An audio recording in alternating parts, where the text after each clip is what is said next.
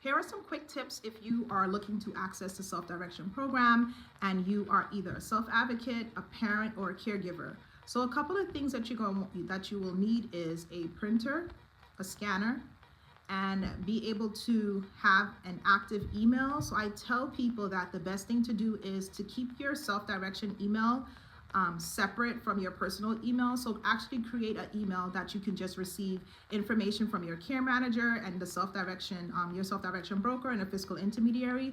Because I find what happens a lot is that parents will say that, oh, I didn't get your email, or it went into spam, or my email is full.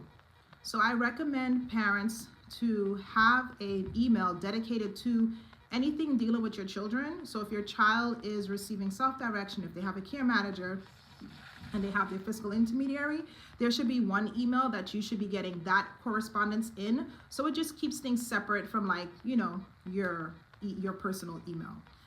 The other thing I suggest having is a scanner or a printer, a two-in-one, because you're going to be printing and scanning a lot of documentation, especially when you're in the support phase of the self-direction budget, because you have to complete your reimbursements, you have to sign off on documentation. It might be a broker agreement, it might be staff, not the staff action plan, I'm sorry, the broker signed that.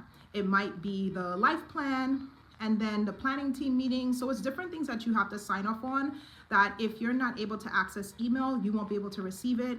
And more than likely, no one's using snail mail unless that's definitely something that was discussed prior to starting the services. The other thing is the printer scanner is pretty important, and also having access to internet.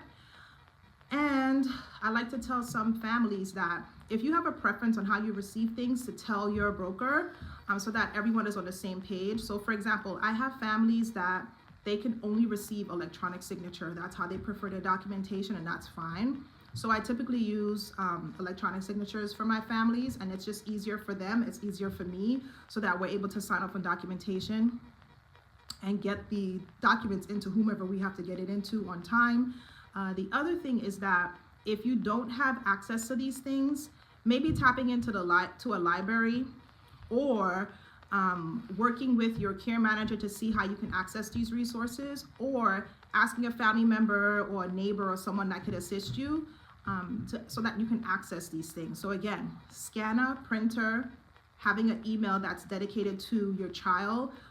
So if it's, you know, for self-direction purposes or whatever, if the child is getting early intervention, they're in school, you should have one dedicated email, because it just makes life much easier.